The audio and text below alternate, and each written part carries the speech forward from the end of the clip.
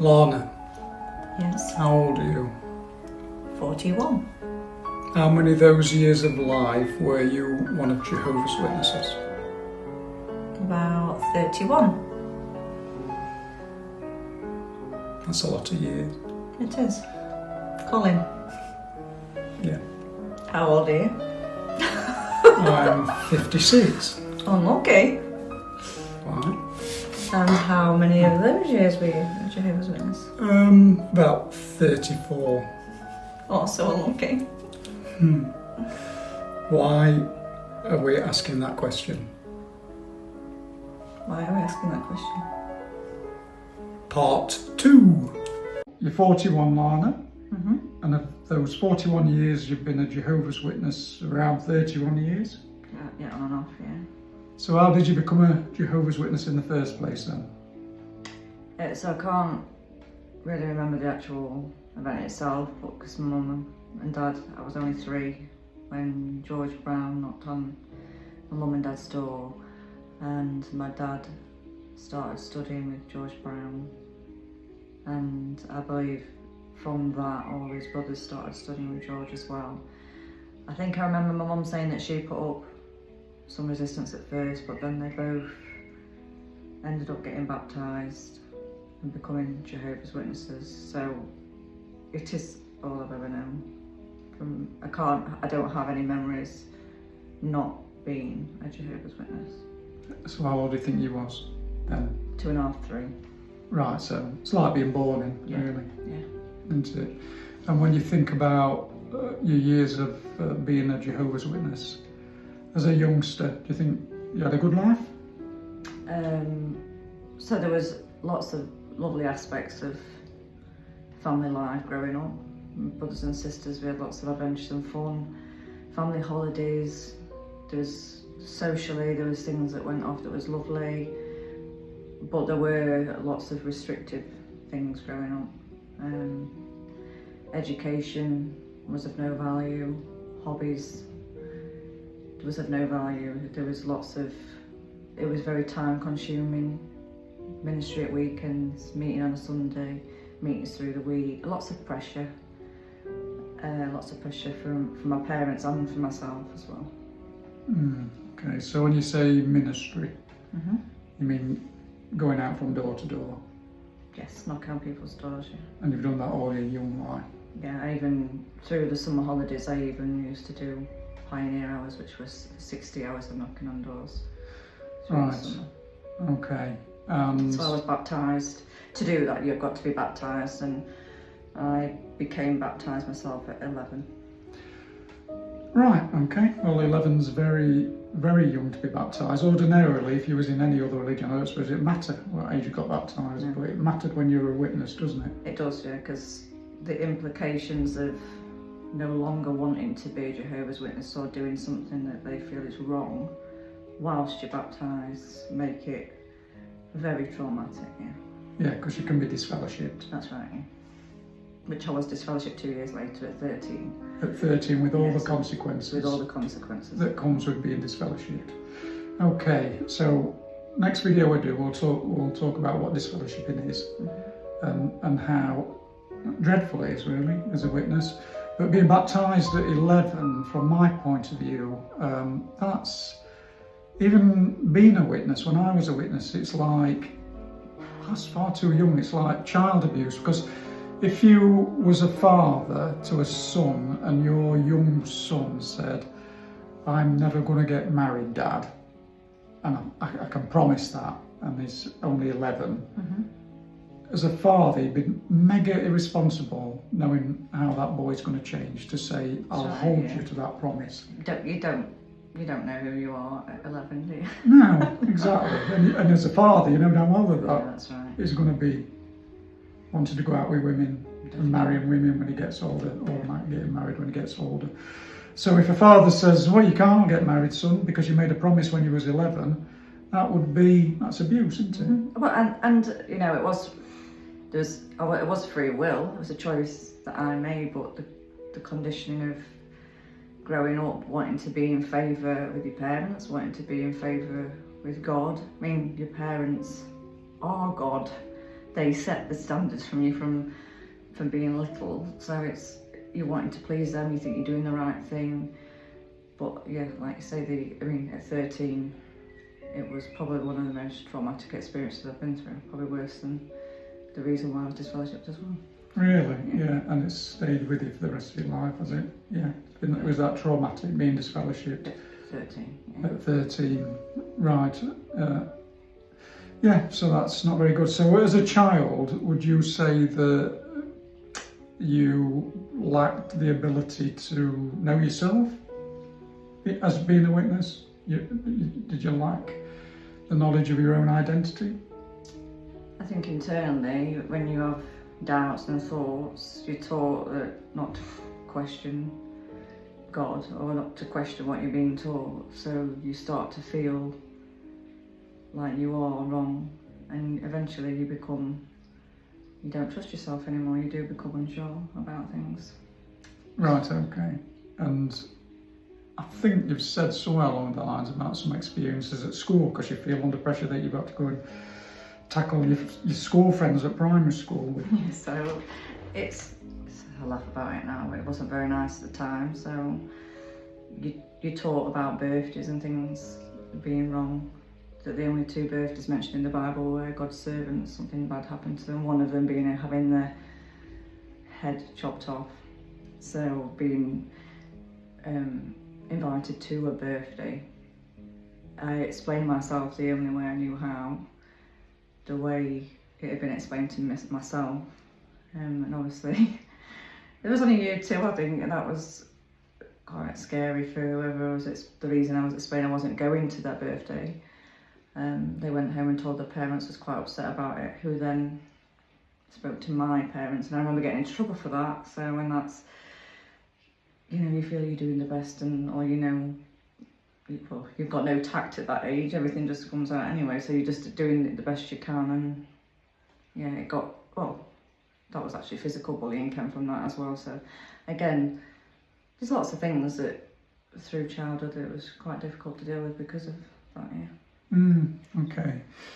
In the Bible, there's only one person or one occasion where it's talked about someone being sat on the toilet. That's King Eglon. And on the toilet he was run through with a spear or a sword. Mm-hmm. So we better avoid the toilet. Yeah, I think so, yeah. Bad things happen on the toilet. That's right, yeah. Did you say something about being a little girl going to school with loads and loads of tracts and distributing tracts, and then getting told off because... Yeah, so I was a zealous little girl. Again, you feel that you're doing the right thing, you want to please God, you want to please your parents, you feel it makes you more godly. So yeah, I was wanting to tell my friends about living forever and distributing these tracts, but they ended up in puddles on the floor. So we got told we couldn't do that no more by the teachers. So the teacher said, "Can you stop bringing them tracts?" So it was like getting chucked all over the playground. So it was life consuming. It was everything. It becomes identity, reaffirmed by consistency and lots of time. It just consumed everything. Yeah. And let's face it, with birthdays, our little lad celebrates his birthday, and it does no way go to his head at all, does it? It doesn't become anything nasty, or it doesn't become this... If anything, I think it's showing gratitude that you've got such a lovely gift from life, just to remember that day. It's in no way, shape or form a negative thing. No. To pull a birthday out of the Bible and make such a negative thing about it is pure theology. There's no instruction not to celebrate your birthday. There may not be any instruction to celebrate your birthday, but there's certainly none there to tell you not to. There may be negative things about birthdays in the Bible, but they're not going to write lots of all the good birthdays that took place. So to take that and run with it and say that no one's allowed birthdays because of it, and the origins of birthdays, it's origins don't matter anymore. Not according to latest updates. And if you, in the book of Job, it talks about Job's children celebrating it, not the birthdays, but strongly indicating that it was the birthdays that they celebrated each year. So it's, like I say, it's just pure theology, and it's actually quite nasty and harmful, the birthdays bit, but nothing compares to being disfellowshipped. No. And you're saying you was disfellowshipped at 13? At 13, I sat before 3 men who Right. decided, that I was to be disfellowshipped for not being repentant enough. And the next video we'll make, we'll talk about what that means to be disfellowshipped. Yes. Because it's Yeah. strong stuff, isn't it? Yeah. It is. Okay. Hard enough as an adult, but as a young child trying to navigate life, it's not very nice. Okay. Video 3, that's the next one. Okay. Announcement. Colin Plummer is no longer one of Jehovah's Witnesses. Looking all holier than thou. I need a halo. You do after that announcement. There is actually a halo somewhere behind us. I should switch it on. Rim light. So that was the announcement of me being disfellowshipped 2 years ago by Graham Stevens, and I was 54. I'd been an elder in the past for 10 years. It's the second time I've been disfellowshipped. And the reason I'm saying that is because I had a good understanding of what was taking place. And it traumatised me. I was traumatised at 54 years old. I felt it was arbitrary, that the elders were just not really following scriptural counsel. One of the elders, I accused him of the whole process being personal on his part. He wasn't listening to what I had to say. He just was determined that I was... I think if they come with a predetermined story of what's happened before, they do that as well. Yes, which I think they usually do. They've usually made their mind up before you even get in a meeting. So all of that happened to me. Like I say, I was in a position to be able to understand it all and control it to some degree, but it even left me wondering about the existence of God. The first time in my life I've ever doubted the existence of God, and that was because of that nasty, evil experience. That's the only way I can describe it. But Larna, you were 11 years old when you got baptised, and 13 when you got disfellowshipped. That must Seems like a long time ago. Goodness me, But it's how still- on earth did survive? That's almost illegal to disfellowship You a would think. 13-year-old little girl. You would think so, wouldn't you? So what, just to start with, what is disfellowshipping? So when you're baptised, you become part of the congregation. You become a Jehovah's Witness, dedicated, and the elders with disfellowshipping. It's a committee.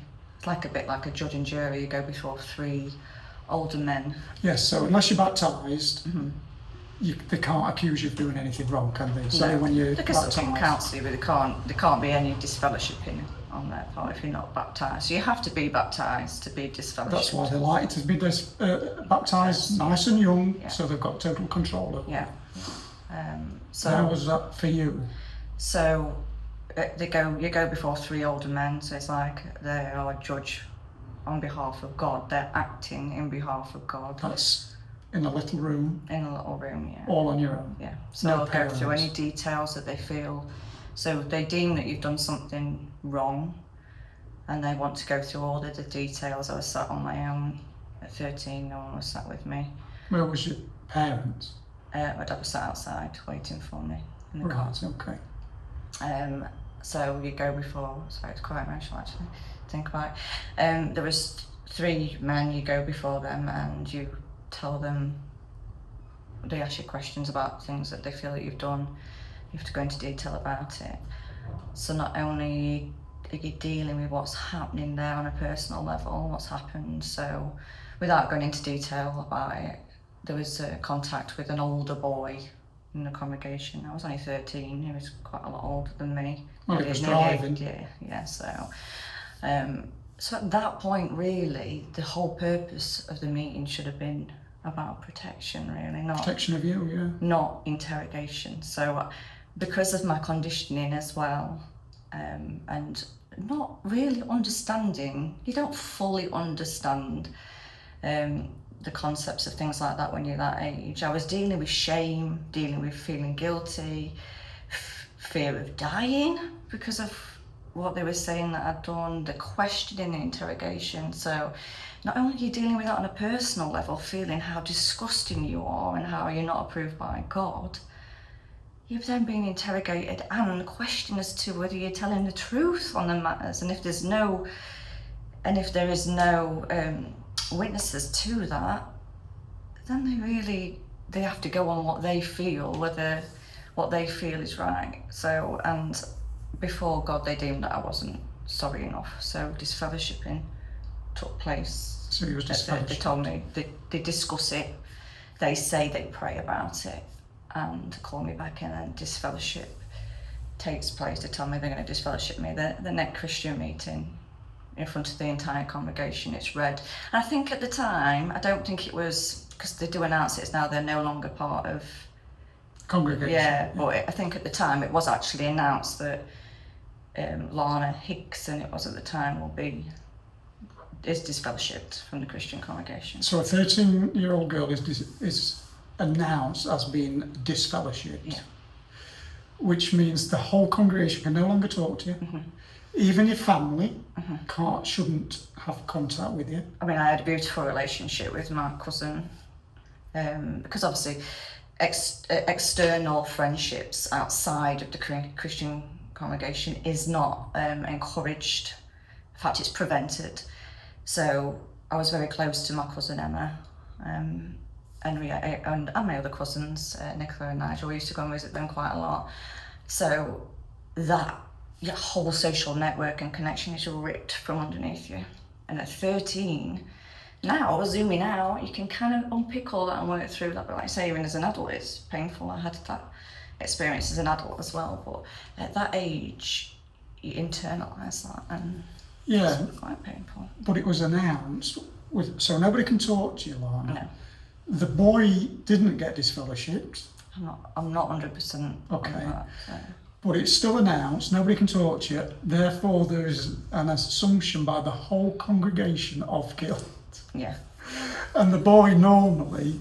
If the elders have decided that you do being disfellowshipped, it's an unrepentance on your part. Yes. And even though you could have been repentant or said you're repentant, they might think... They still condemn that you're not repentant. Think, oh no, that's not sad enough. Yeah. It's not. But that's why spirituality doesn't become. It's not a personal thing between you and God. Then it's. That's what they decide. What they decide. Yeah. So the whole congregation see the boy and they see you're disfellowshipped. So you are the bad. You've done something really, because he gets announced at the same time usually, or a little bit later. But they think the announcement itself, that part, is all because you try and subconsciously try and block all that out because it's quite painful. So the whole congregation then think, and they're guilty to sit there thinking that this is acceptable. She is a dirty little madam, don't they? 13, and she's disfellowshipped. What are she? I suppose you take on that identity yourself as well. When people at that age, that's what you've conditioned that you are. It is. Yeah, it's not nice. No, it's wicked. It's wicked. And when the three men that it was Tony, Brian, and George. I can't 100%. I Go with all three of them. But I think it was, yeah. Yeah, the three men. But one of them in particular is unusually prurient, which means he's getting a kick out of the questions of what they're asking. So they're asking you very intimate details as to whether you found pleasure, is that right? And joy, and how much of this was you, and what exactly took place. I mean, you can't even unpick that all that in your own mind. It's very confusing at that age yourself, so to try and express yourself to men that you don't really feel comfortable with either on your own. They're 50 years old, they're in the 50s. I mean, I would say it's probably, I've been through things, we all have, but I think that's probably I think it was worse than what actually happened itself. The actual being sat in front of them, it was a traumatic experience. That feeling is, I just want to die. And you was disfellowshipped, you still believed it was the truth. Mm-hmm. So yeah, then you keep going to the congregation, you start having panic attacks inside the congregation, your health went downhill, you feel, I'm saying this because you've told me all of this, mm-hmm.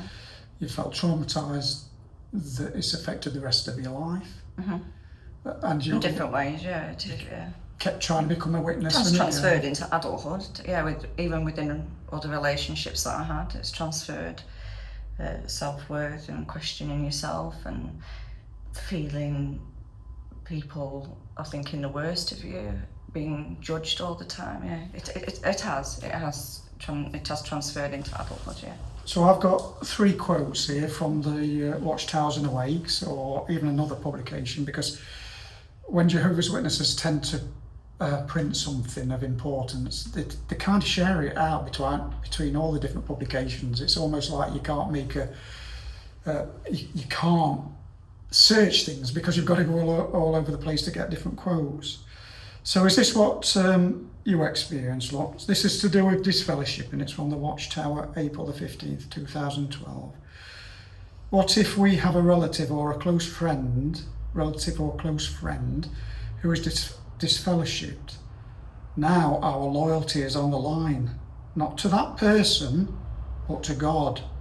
Jehovah is watching us to see whether we will abide by his command not to have contact with anyone who is disfellowshipped.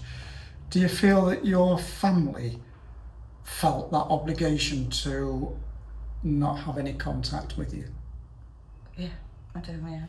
And I think even, because a little bit later on when I left home, my sisters would call me out without numbers and stuff, so it was difficult for them, yeah. It was family.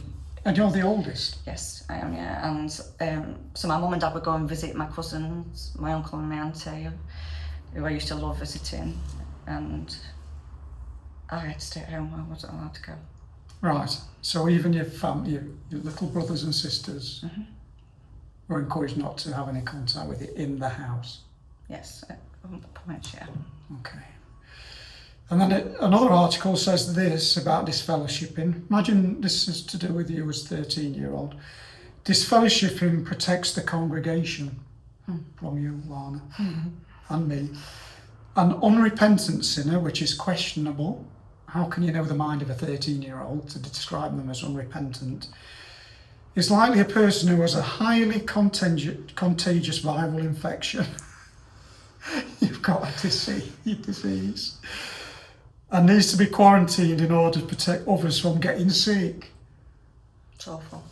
Yeah. I mean, at that point, highly contagious viral infection. That's what you was to the congregation. You're still building your identity on connection, and then they feel like that about you. How can you even put that in print? I know. How can that even be in print? That's got to be illegal. That's like, I can only describe it as sick, to be honest with you. But listen to this. So this is back in 1947, another article talking about excommunication, and the policy was totally different. It says excommunication finds no support in these scriptures. In fact, it is altogether foreign to the Bible teachings. And then a little bit further down in the publication it says, as regards disfellowshipping or excommunication, it says, the weapon of excommunication became the instrument by which the clergy attained to a combination of ecclesiastical power and secular tyranny that finds no parallel in history. So I'm sorry I can't quite read that fluently, but it's a weapon. finds no parallel in history. The tyranny of that, the threat. So you've got to believe something and do something. They frame it as a protection. They frame it as a protection. Tell me about But it. it's absolutely For me, control. when I got this fellowship recently, they said it's out of love for you, even though I can't tell you the damage it did, but even though it's going to damage everything about you in your life, even cause you to question the existence of God, it's a loving protection for you, Colin. Do you know what I was disfellowshipped for? Yeah. You're going to tell me? Apostasy. Not adultery. Nothing to do with anything like that. Apostasy. So the next video we'll talk about Apostasy. and that'll be video number 4. Sure, I've got that label now as well. You're I've got that label now as well. not apostate. Yeah. Well, we will have now. Hello. Hello, Larna. Hello, Colin. When we finished the last video, we said we might talk about what it means to be an apostate or apostasy. But I've decided or felt that I want to just talk a little bit more about being disfellowshipped, what it means to be disfellowshipped. So you've been disfellowshipped 3 times. Okay. Yeah. Beat you, didn't I? Yeah. I've been disfellowshipped twice. Mm-hmm. You've been disfellowshipped when you was disfellowshipped first when you was 13. Yeah. Yeah, I was 13, yeah. So 3 elders, 50-year-old men, decided that you weren't repentant of a sin you committed, and disfellowshipped you. Yes. Yeah. So what is it to be disfellowshipped? What does that mean? So to be disfellowshipped would mean if they decide. So you could be very sorry. You could even be in the meeting and not be able to express yourself in the way that they feel that you would be repentant. So if they decide you're not repentant, doesn't matter whether you're sorry or not, they will disfellowship you. And what that means for you is that it will be announced at a following meeting for all the congregation members to know that they are no longer allowed to associate with you at all or speak to you.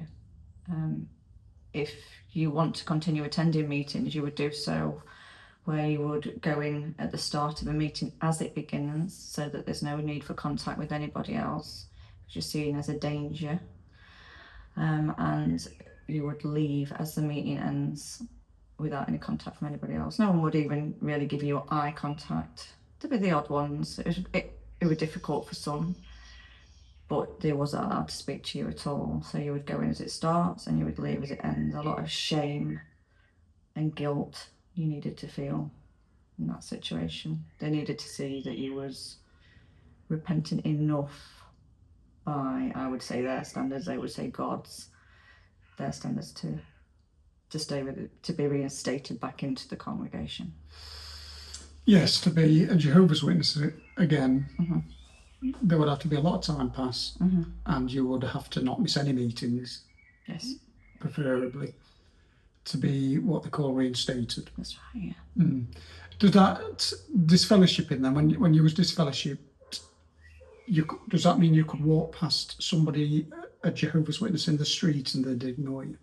That's right, yeah. So I've even walked past a close family member before in a supermarket, direct contact, and they've not even acknowledged that I'm alive. Okay, so I mean, you were 13 when these 3 men decided you weren't sorry enough for whatever you've done. So with that, so my family would attend meetings, and I would attend the meeting going as it started, and I would have to sit in the car outside until they'd finished associating with everybody afterwards, spending time with people afterwards at the Kingdom Hall. I would sit outside and wait for them in the car because you wasn't allowed to have that contact. So Yeah. No contact. And even your brothers and sisters would shun you to the best of their ability. At home, speaking about. As I got older, yeah, it was when I was the second time. As I got a bit older, they was told they shouldn't really be speaking to me. I was a bad associate. Right, okay. So it's estimated that there's between 70,000 and 80,000 people who are disfellowship from Jehovah's Witnesses every year. It's a lot. It is a lot. A lot of lives affected. Yeah, and family members, all them people. And yeah, that's right. It's an estimation because although the governing body of Jehovah's Witnesses know the exact number, that is not a number they will ever let anybody know. The family members, they can get punished, can't they, if they do choose to speak to you? Oh yeah, anybody can. Anyone in the congregation, if they was to speak to you on a regular basis and found out. Yeah, it's happened to me loads of times where the elders come around and say, "You've been speaking to someone who's disfellowshipped. We can disfellowship So you." even that's not a personal choice, is it? Oh no, it's dreadful. Of congregation members. The majority of Jehovah's Witnesses really don't want to shun anybody, but there's hardcore ones. You know, there's hardcore elders. And then there's those that are in fear, aren't they, of having the same happen to them as well. So do some people, I can't say this word on social media, but do some people unalive themselves when they're disfellowship? Unfortunately, yeah, that is the case. That has been the case, yeah. And even so, there's people that have actually done that, which is dreadful, that they be pushed to that point. But there's also people that have been very close and not gone through with it as well. People have been in some really dark places. Many people have been in dark places, including myself. So it has a very, very negative impact on people's lives. So I suppose it's fortunate that there's not more people do that than there is. Yeah. But a lot of them people probably just do come very close to it. And there's people that are still living in very dark places and struggling on the other side of that are still disfellowship now, aren't they? So. Yeah, okay. So I've dug out an old video, found this old video, it really touched me, and I challenge anyone for it not to touch them. So even though it's old and it's not particularly good quality, you'll easily get the point. So we're going to watch that now. And please, you do the same. And it's only a couple of minutes long. One of the most intimidating devices used by the Watchtower Society is the threat of appearing before a judicial committee of elders. Public censure, even disfellowshipping, can be the sentence of this powerful court. The inflexibility of Watchtower policies has led to thousands of instances of mental distress, even suicide. Dottie Hike's family experienced the cold steel of Watchtower doctrine when her 16-year-old son Billy became romantically involved with a married Jehovah's Witness woman. Conscience-stricken, Billy turned to his parents. He was very upset, extremely distraught, and he just didn't know what to do. And he was making statements like, "I just can't go on. I just can't face this." And he was threatening to commit suicide. My husband and I talked with him for hours and did everything and said everything we knew to do to try to get him to realize that there's no situation too bad that you can't face. But things just were not getting any better. So as witnesses, you're taught not to seek the professional help of anyone. So we felt our hands were so tied we didn't know what to do. The family turned to an elder of the congregation for help. The elder called Billy outside, and his parents felt a solution was near. But their hopes were short-lived. We felt the elder would really have some kind of words of consolation for him, even though no one condoned what he had done. This boy was reaching out for help, and he did need someone to console him. And he felt so guilty and so at a loss. And instead the elder just said, "The committee will deal with you tomorrow." He went out to my husband's truck, where he kept a small amount of paraquat in a container, And Billy took the paraquat, and he took one swallow of it. We had him in the hospital within 20 minutes. Exactly 3 weeks later, he died. So that was disgusting. Yes, absolutely. Yeah. So that family reached out to an elder, For help, yeah. and the elder said to the boy, 16-year-old boy, "We'll deal with you tomorrow." It's terrible. So, Family reaching out for help, yeah, for support, yeah, helpful for support, and they could have been a lot different. I do receive that. yeah.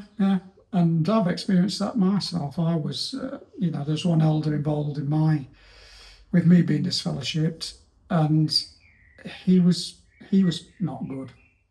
Frankie was pretty rough. Had no mercy, and it became very personal, and he was determined to disfellowship me. And I've got plenty of reasons why I say that, and we're not bitter and angry or anything, are we? We're just no, that's not a reason for this, is it? no. So when it comes to leaving Jehovah's Witnesses, there's 3 ways you can leave Jehovah's Witnesses. You can stop being one of Jehovah's Witnesses. You can be disfellowshipped and shunned. Yeah. What's another one? You can be disassociate. You can disassociate yourself. So that would be where you write a letter to say that you no longer want to be a Jehovah's Witness, and hand that into the body of elders. But the results and the conditions of that would be the same as being disfellowshipped. They would still be shunned, and that would still be announced from the platform to the congregation as well. So That you've disassociated. disassociated yourself. You're no longer one of Jehovah's Witnesses. So the same things, rules apply.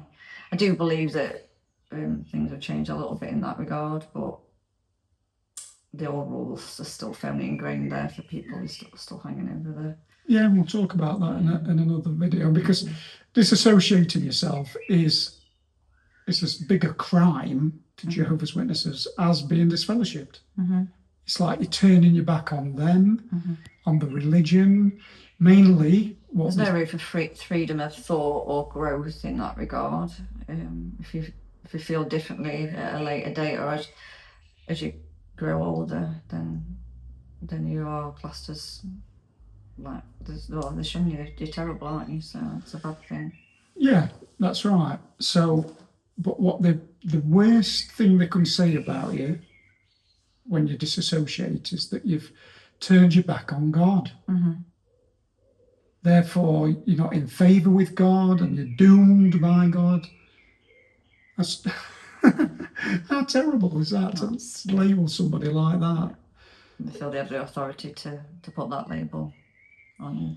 Yeah, and then And they mask it with, they feel that it's loving arrangement, it's a protection for you and for others. They make that choice for everybody else. There's no freedom of choice. It's not personal. no, Relationship or spirituality is not a personal thing, is it? It's very much dictated. by The boundaries of what you can and can't do are dictated by that governing body and that body of elders. and that, yes, by the organisation. Yeah, okay. And you can fade. Well, actually, you can try and fade. Yeah, I don't think many people would. Well, there might have been a few, but there's not many people managed to get away with that, especially not people that have been an elder previously. No, see, I wanted to Worst fade. person ever. I wanted to fade, but there were no way Frankie were going to let that happen. No way. They would knock it. Frankie was ringing me. Was there any, in that conversation, in that period of time, was there any amount of trying to understand or any empathy or compassion as or how you were they'd made the mind up. Or you were just not for needed me. a bit of help yourself, and there was none of not for me. They just, particularly Frankie, just looked at me and thought, "You're out, mate. I want you out." I could just tell it was personal. It would ring me almost daily to say, "We want this judicial committee setting up. Can you give us we've got this date. We've got a date. Can you do that date? I say, no, I can't do that date. They'll come and knock at your door and say, can you do this date? One weekend I said, right, forget whether you can or can't. This is the date we're doing it at the weekend. So I said, well, how can I do that? I'm away in Portugal. So I got a little bit of money and I thought, right, I'm going to go away for the weekend.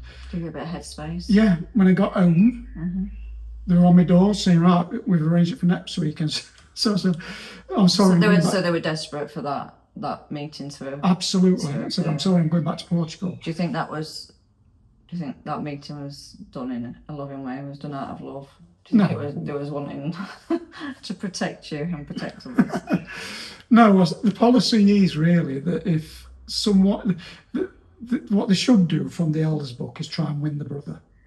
But when I went into eventually when they arranged this meeting, because they said, look, if you don't come to this meeting on this date, we will just disfellowship you. So they can just disfellowship you. You can't dodge them forever. They will disfellowship you. So they're supposed to win over the brother. When I went to the meeting, I just said, look, I'm really sorry. I've been terrified and I've tried to dodge this meeting, and I'm really repentant and upset about it. But that was going nowhere. And no, they were not going to tolerate that. They wanted me disfellowshipped. So I wasn't able to fade. And Are you allowed, so within that arrangement then, if they disfellowship you, is there room for being able to have a second appeal? That's the word I was looking for. That's the one. We'll talk about that next time, because I did appeal. They were very upset about that. Why have you? So they do the meeting. So rather than see that as someone who's really sorry, they see that as a direct challenge. Would you say that's yes, because they'll say we've decided that we're going to disfellowship you, and I'll say, but you can appeal. And I said, yes, I would like to appeal. And they said, well, why? Why would you like to appeal? It's almost questioning our judgment. And I said, well, because the governing body appeal every single court decision that doesn't go their way. Why wouldn't I appeal? It's the right thing to do. If they do it all the time, why wouldn't I do it? So I did appeal, but we'll talk about me appealing later in another video. Just a little note, in the elders book, the book that only the elders get, no woman should have ever put their eyes on that book. Nobody, anybody who's not an elder should never. Different if they did. They would, because that book gives them secret instructions on how to handle different circumstances. And in the elders book, which is actually online, so anyone can see it. It says that if you form a judicial committee and you've got someone before you and you're going to disfellowship them and they say anything about being suicidal or that they are going to take you to court or anything like that, stop that meeting immediately and let them go and make contact with a legal desk at the Bethel. So just the slightest hint of them getting any bother being sued by anything like that, they just shut it right down. But somebody being distraught and upset, no, that doesn't matter. That's different. Yeah, they can cope with that. They'll be sat there thinking, please don't say you're going to unalive yourself or you're going to take us to court or anything, and then we could just disfellowship you.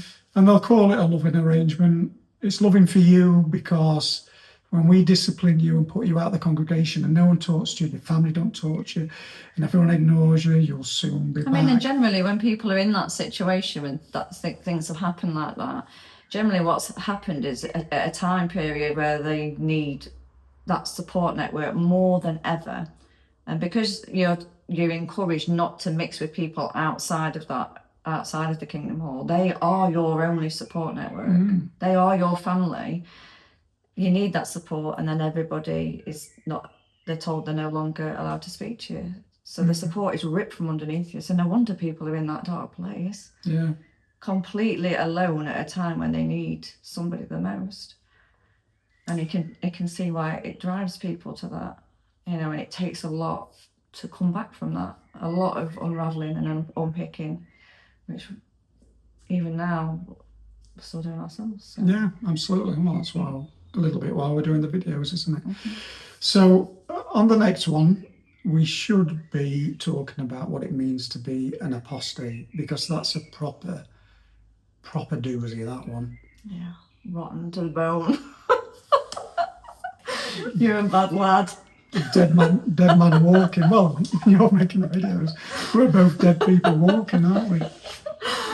Not even to the organisation. I don't mind being a little pile of ash on the floor outside, do you? No, wait till you hear this one.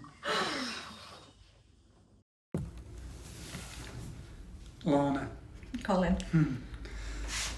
At the end of our last video, we said we'd talk about apostasy or apostates. We did. This time. So what is apostasy, or what could that mean? What does it mean as being one of Jehovah's Witnesses? It would mean that you reject Bible teachings or their teachings, and verbally express that in some way. To others. So it's not Bible teachings or a rejection of God. It's a rejection of Jehovah's Witnesses' Bible teachings. Yes, the way they interpret it. And even if you did reject that, I don't think that bothered about that really. It's when it's verbally expressing it to somebody else. Yeah, exactly. So if you talk about anything negative to do with Jehovah's Witnesses, once you've left, then you're an apostate. Are we apostates? Well, I don't attach any labels to myself, but I guess with that in mind, we are, in their eyes, we're apostates. Exactly. So we're not self-proclaimed apostates. No. And we don't not believe in God and Jesus or the Bible, do we? No. So we are, like you say, in Jehovah's Witnesses' eyes, just by making this video, apostates. We're viewed as apostates. They've attached that label to us, yes. And what does that mean for them with these videos? Well, they shouldn't be entertaining them at all. They shouldn't even be looking at them, so I hope not looking at them. No, that'll be quite strict within a congregation. If elders know we're doing this, there'll be announcements and all the congregations round about who might possibly know or come across this material. So let's say we're not watching it. So I've done a little bit of research and I found a question from readers from 1952, November. I know it's a long time ago, but it does keep getting referred to over and over and over what an apostate is in the literature, but they water it down in time. So why do you think they do that? Well, because in the modern era, what I'm going to read to you now wouldn't go down very well with anybody. No, I don't think and if they go to court, they wouldn't quote the older stuff, but everybody knows the older stuff and lives by the older stuff. But they would quote the newer stuff where it's a lot softer. So I think we'll start because it talks about Deuteronomy chapter 13 verses 6 through 11. So don't be put off by this, anyone, because if you listen, this is quite interesting. It's a small section of scripture. Can you read that? What verses is it? 6 through 11. If your brother, the son of your mother, or your son or your daughter, or your cherished wife, or your closest companion, should try to entice you in secrecy, saying, let's go and serve other gods, gods that neither you nor your forefathers have known, from the gods of the people all around you, whether near you or those far away from you, from one end of the land to the other end of the land, you must not give in to him or listen to him, nor should you show pity or feel compassion or protect him. Instead, you should kill him without fail. Your hand should be the first to come upon him and put him to death, and the hand of all the people afterwards, and you must stone him to death, because he has sought to turn you away from Jehovah your God, who has brought you out of the land of Egypt, out of the house of slavery. Then all Israel will hear and become afraid, and they will never again do anything bad like this among you. Right, okay. So, if a family member, so that I can't even believe that you would apply this modern day wise, but if a family member was to leave the religion, you can't feel sympathy for them. You've got to be the first to kill them. Put them to death, Yeah, how strong is that? So to take them verses out of Deuteronomy and make an article out. So we would be dead. Well, let me read this. So this is from the Watchtower. We are not living today among Just what is the Watchtower? 1952. Just for people that might not know. What is the Watchtower for people that might not know? Oh, it's the magazine of Jehovah's Witnesses, Yeah, where it's the use. teachings of Jehovah's Witnesses, isn't it? Where they would, where the governing body would put out the information or the teachings that they are to follow. And explain their interpretation of scripture within that. Is that right? Yes, that's it. Okay. And it says, we are not living today among theocratic nations where such members of our fleshly family relationship could be exterminated for apostasy from God and his theocratic organisation, as was possible and was ordered in the nation of Israel in the wilderness, Sinai and in the land of Palestine. So it's not possible to execute our family members It's not today. possible to kill them. No. Not anymore. So carrying on, it says, being limited by the laws of the worldly nation in which we live, and also by the laws of God through Jesus Christ, we can take action against apostates only to a certain extent that is consistent with both sets of laws. The law of the land and God's law through Christ forbid us to kill apostates, even though they be members of our own flesh and blood family relationship. Oh, blimey egg. You can't kill apostates. Fancy putting it like that. But they would if the law of the land allowed it. Well, it sounds like that. That's the way it's... Yeah, but yeah. it's very quite unlikely. I'm quite sure they wouldn't. But the governing body would have it printed like that to make sure you fully understand the strength behind what that means, being an apostate. So when I was waking up and going to my last meetings, there was a video at the Kingdom Hall about apostates and avoiding apostates. And my favourite elder, Frankie, I remember he put his hand up and said about apostates, we should never listen to apostates because they only ever lie. And I remember thinking at the time, because I've been listening to YouTube videos by ex-Jehovah's Witnesses and other Apostates in their eyes. who are apostates, and I'm thinking, they never lie. There's no point in lying, because nobody believed them, would they? They just highlight the weirdness or the inconsistencies of Jehovah's Witnesses. So that was quite shocking for me.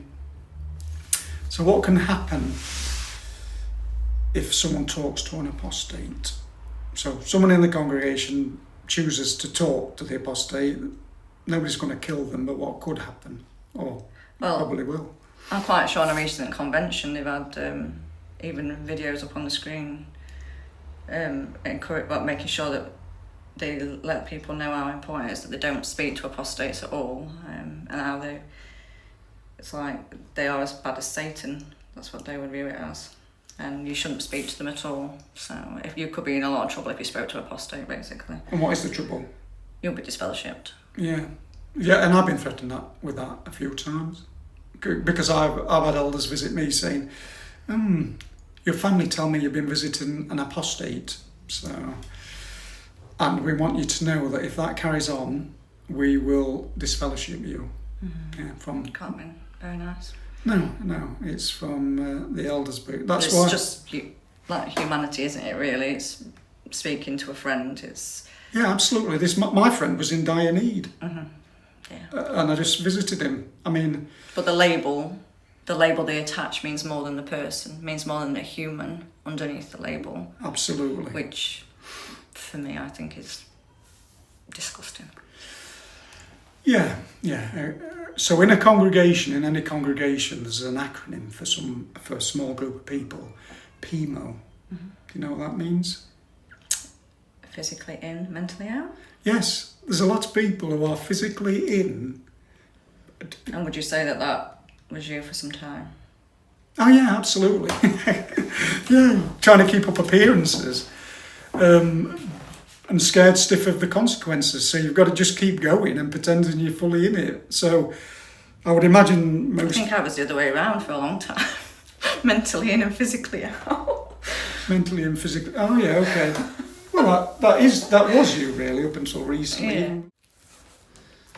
So, according to Jehovah's Witnesses, then we're apostates. Yeah. So, what does that actually mean for us? Well, we're obviously disfellowship from the congregation. We're condemned, we're deserving of death by them, by God. God, on God's behalf, they say we're deserving of death. There's no way back, and people are just not speak to us under or watch any of our content under any circumstances at all. No, that's right. Yeah, so, and there's no way we can ever even be Jehovah's Witnesses again. So, No.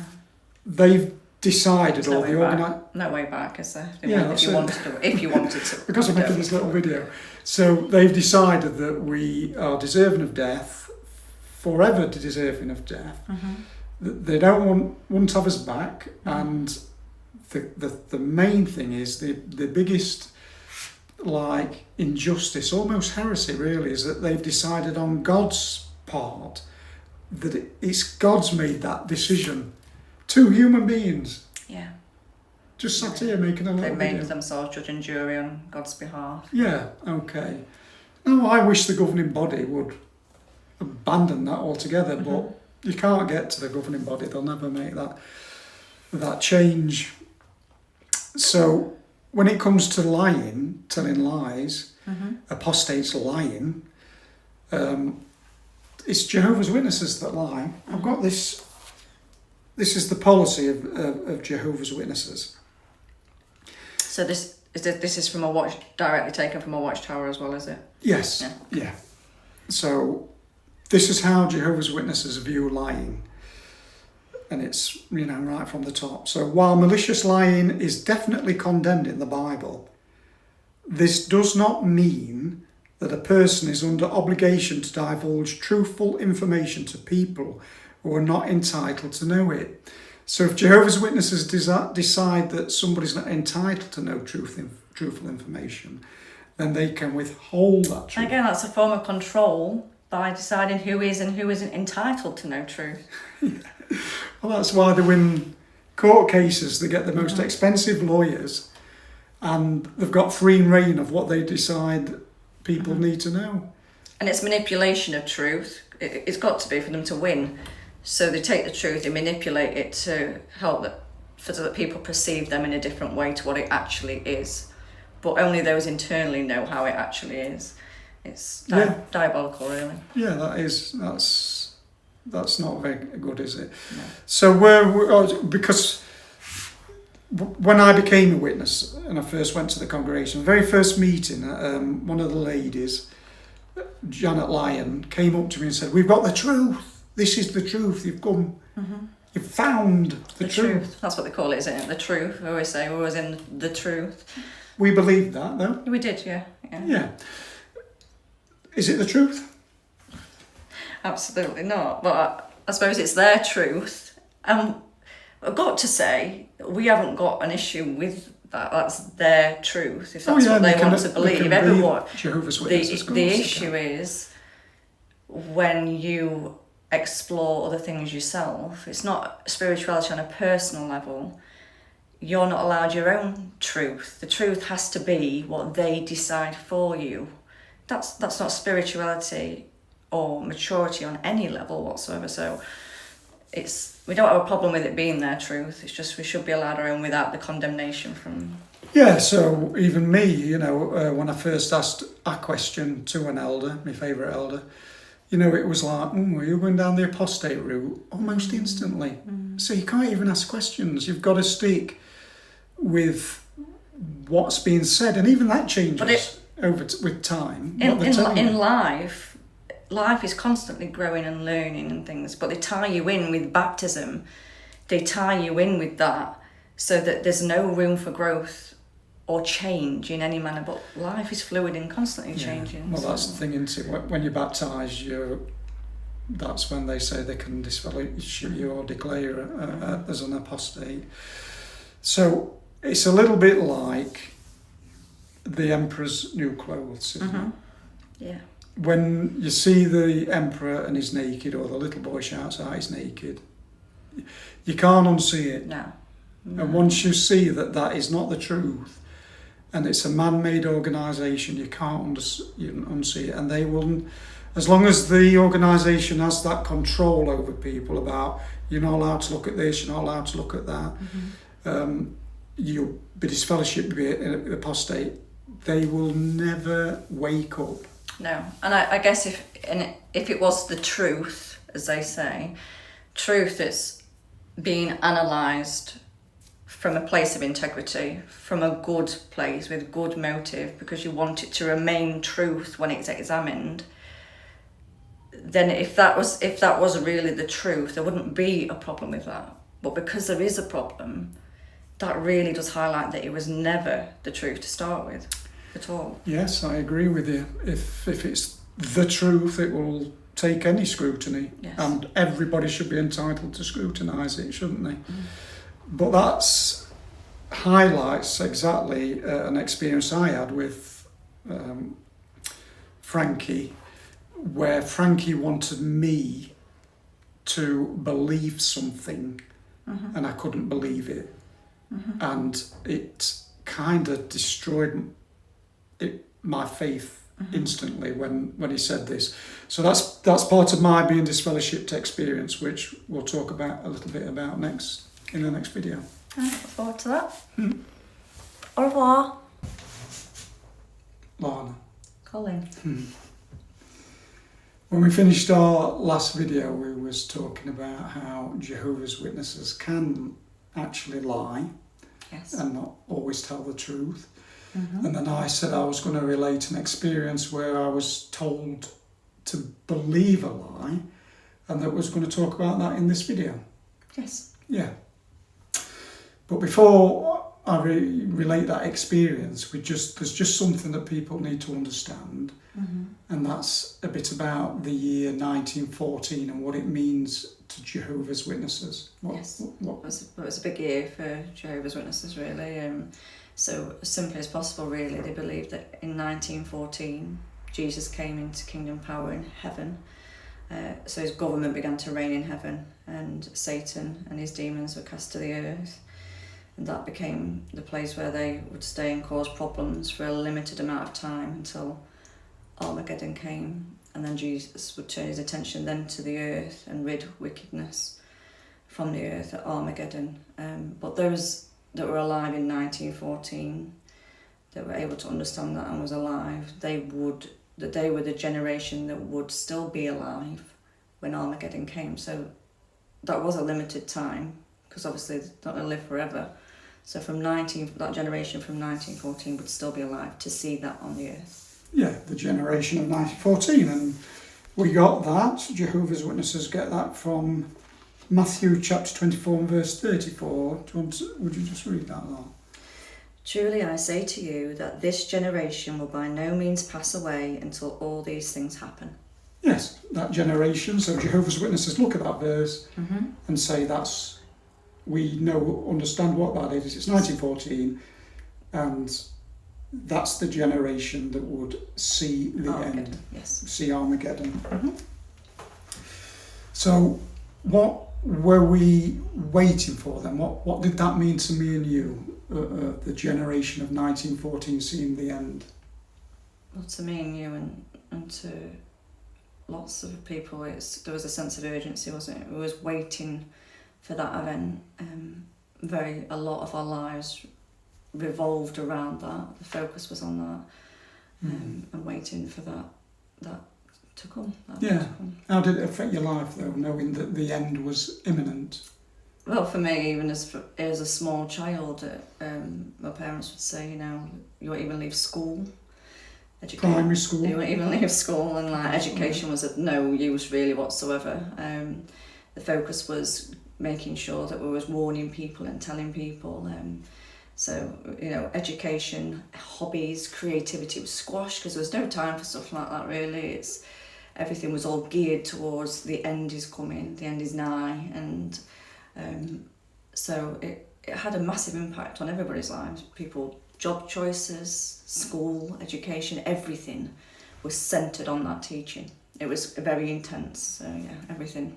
It was a big thing for that event. Yeah, it was frowned upon to pursue anything in this system of things, wasn't it? Yes. And just to concentrate on the kingdom coming, that generation coming to an end with Armageddon. That's right, Yeah. So we would have phrases like the end of the system of things is on the horizon, or the it's last just days, the last days. yeah, it's just the round last the day. corner. Yeah. One of the governing body members is on video saying we're in the last days of the last days. It's very shortly to be the last day, and I think that's a 20-year-old video now. So it really did impact us. Yes, yeah, there was a sense of urgency surrounding it. And regarding that generation of 1914, what's gone wrong with that?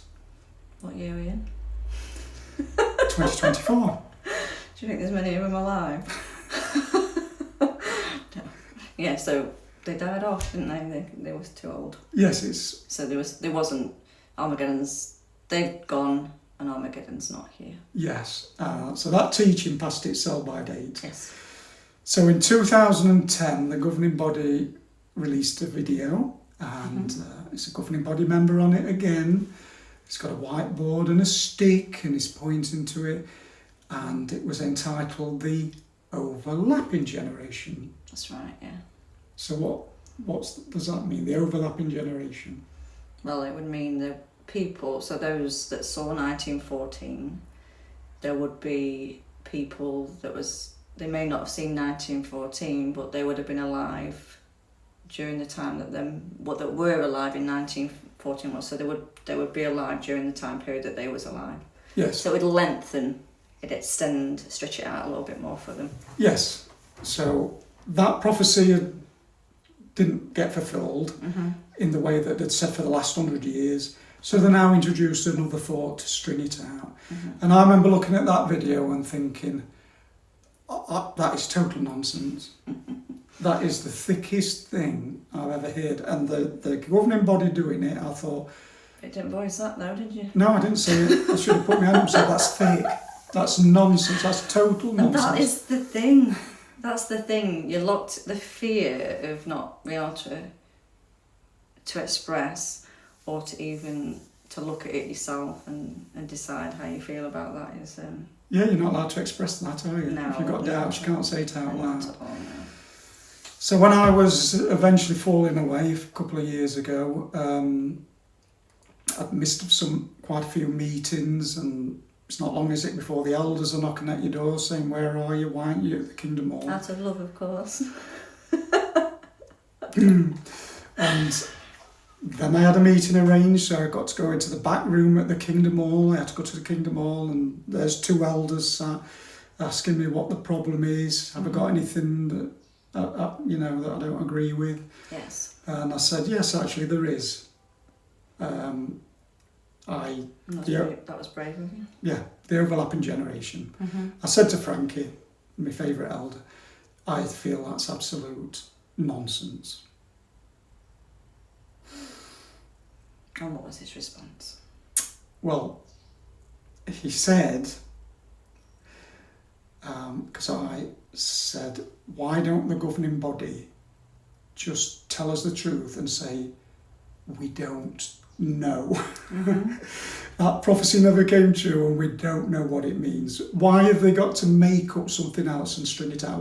Why don't they just say, we don't know? What does that matter if they just admit that one? No, it wouldn't.